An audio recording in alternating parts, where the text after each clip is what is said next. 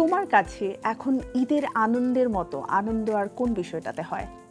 আমার ছেলে যখন অনেক বেশি খুশি হয়, ওর যে আনন্দটা দেখি, ওর লাফালাফিটা দেখি, ওর যা দেখি ওটা আমার কাছে ঈদের আনন্দ থেকে অনেক বেশি ভালো লাগে।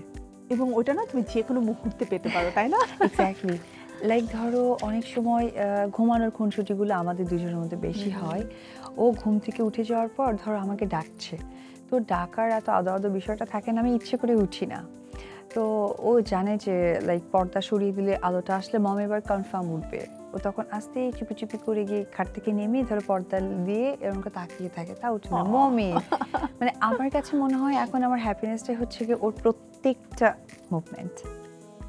ডেফিনেটলি। এবং যখন আউট অফ কান্ট্রিতে থাকো তখন তো দেখেছি ঘুমানোর আগেও তোমাকে কি সুন্দর একটা ভিডিও কল দেয়, যে লাস্ট একটা মানে গুড নাইট কল। এটা নট অনলি আমাকে, সে তার পাপাকেও দেয়। ওয়াও, দুজনকে একদম সিমিলার ভাবে সেন্ড করে দেয়। আচ্ছা, এই যে পরিবারের সব কিছু মেনটেন করছো, জয়কে সময় দিচ্ছ এবং পাশাপাশি কাজের ব্যস্ততাও রয়েছে, ডিফারেন্ট লুকের জন্য নিজেকে ডিফারেন্টভাবে সময় দিতে হচ্ছে, তো ওভারঅল ব্যস্ততা নিয়ে একটু যদি বলো। ফার্স্ট বলবো যে দেখো এটা আমার জন্য খুব কষ্টের হয়ে যায়, কারণ তোমরা তো জানোই মা নেই আমার, মানে বাবা মা দুজনেই নেই। তো একটা বাচ্চা থাকলে না এটা অনেক বড় একটা দায়িত্ব থাকে।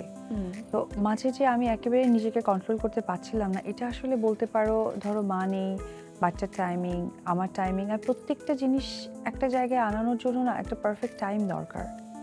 তো সেটা আসলে কোনোভাবে হয়ে উঠছিল না।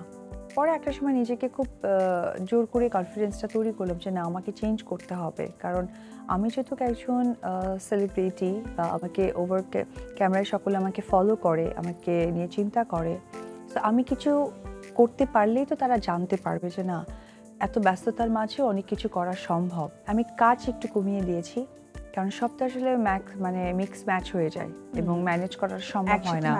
এক্স্যাক্টলি। ওই জায়গা থেকে আমি কাজটা কমিয়ে দিয়ে আমি আমাকে ফোকাস করেছি। আর ডেফিনেটলি তো ফার্স্ট প্রায়োরিটি আমার সন্তান, তার স্কুলিং, তার সব কিছু, এভরিথিং। যারা নতুনরা আসছে তারা কিন্তু অনেকেই অপু বিশ্বাসকে দেখে স্বপ্ন বুনেছে যে আমিও একটা সময় ঢালিউডে মানে কুইন হতে চাই, বা আমি এরকম অনেক মুভি করতে চাই, ব্লকবাস্টার হিট মুভিজ আমার হবে। এবং এই সময়টাতে তাদের জন্য এটা খুবই চ্যালেঞ্জিং। তাদের জন্য কি কোনো টিপস দিবে যে তারা কিভাবে এই চ্যালেঞ্জগুলো মোকাবেলা করতে পারে? নতুনরা যারা আসছে তারা অবশ্যই অনেক বেশি মাল্টি ট্যালেন্টেড আমি বলবো, কিন্তু আমাদের কাজের জায়গাটা একটু কমে এসেছে না। এই কারণে কমে এসেছে যে আমরা পাবলিক প্লেসে বেশি ফোকাস দিয়ে ফেলতেছি। সেটা হতে পারে সোশ্যাল মিডিয়া, হতে পারে আমার পার্সোনালি ঘুরতে ইচ্ছে করছে, কেন আমি ঘুরবো না। অনেক বেশি নিজেকে প্রেজেন্ট করতে গিয়ে আমরা যে দর্শকের কথাটা ভুলে যাচ্ছি, সেটা কিছুটা মাথায় রাখা দরকার। কারণ এখনো অবধি তুমি দেখবা যে মৌসুমী আপু বলো, আমাদের ববিতা ম্যামের কথাই বলি, ম্যাম যেটা হচ্ছে এখনো পর্যন্ত কাভার করে বের হয়। তো আমি প্রায়ই দেখা হয় বা চম্পা আপার সাথে দেখা হয়, আমি বলছি আপা কেন কাভার করো? বলে আমি তো নায়িকা চম্পা, আমাকে এখন ওরা দেখতেই চায়। সো আমি ওদের দেখার আকাঙ্ক্ষাটা যতক্ষণ অবধি রাখবো ততক্ষণই আমি ইন্ডাস্ট্রিতে থাকবো। রাইট, এবং ততক্ষণই আসলে তারকা। সো আমি আসলে নতুনদের নিয়ে ওরকম কিছু বলার নেই, তবে এটুকু বলবো যে আসলে পাবলিক প্লেস বা ফেসবুকে বুলিং করা বা ফেসবুকে অ্যাবিউজ করা, এগুলোকে বাদ দিয়ে কাজে ফোকাস করাটা অনেক বেশি ইম্পর্ট্যান্ট।